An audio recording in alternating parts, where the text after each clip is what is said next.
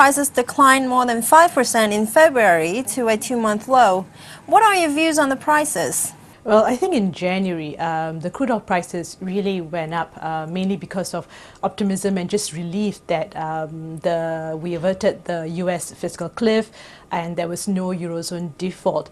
So in February, prices started to come back down with the increase in crude stocks and also with the drop in Chinese manufacturing activity. And then there's also this political uncertainty in Italy. There are a lot of concerns about whether the about the new government in Italy and whether that will have any impact on the Eurozone demand growth.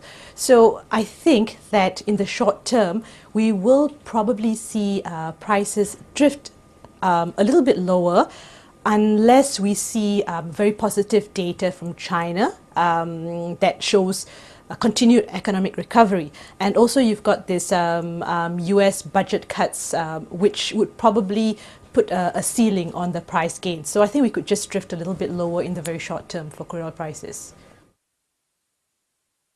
How do you read the OPEC increase in the output for the previous month and whether there is demand for that extra shipment?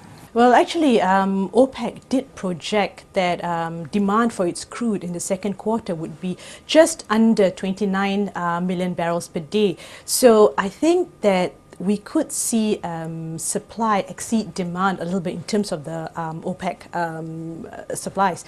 But I think that the OPEC member states would be very reluctant to significantly cut their production because there is some recovery in the world economic, and also because I think they'd be fearful that to cut production when there are still some economies that are still struggling. So we might see a little bit of excess supplies, I think, going into second quarter.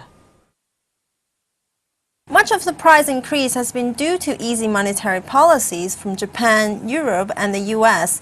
How do you read this going forward? Yeah, there was some doubts earlier about whether the US Federal Reserve will continue its quantitative easing policy.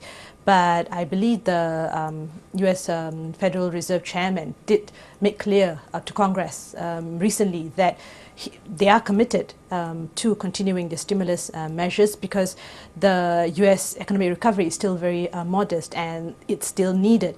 And even in Japan, the Prime Minister and also the prospective Bank of Japan governor are of the view that monetary stimulus is needed to lead to a demand growth, stimulate demand growth, weaken the yen, and arrest the deflation. So I think we're going to continue to see monetary stimulus, and I think the indications from Japan is that it could come as early, potentially, as next month. The Iran nuclear program build-up has added a premium to the crude oil prices.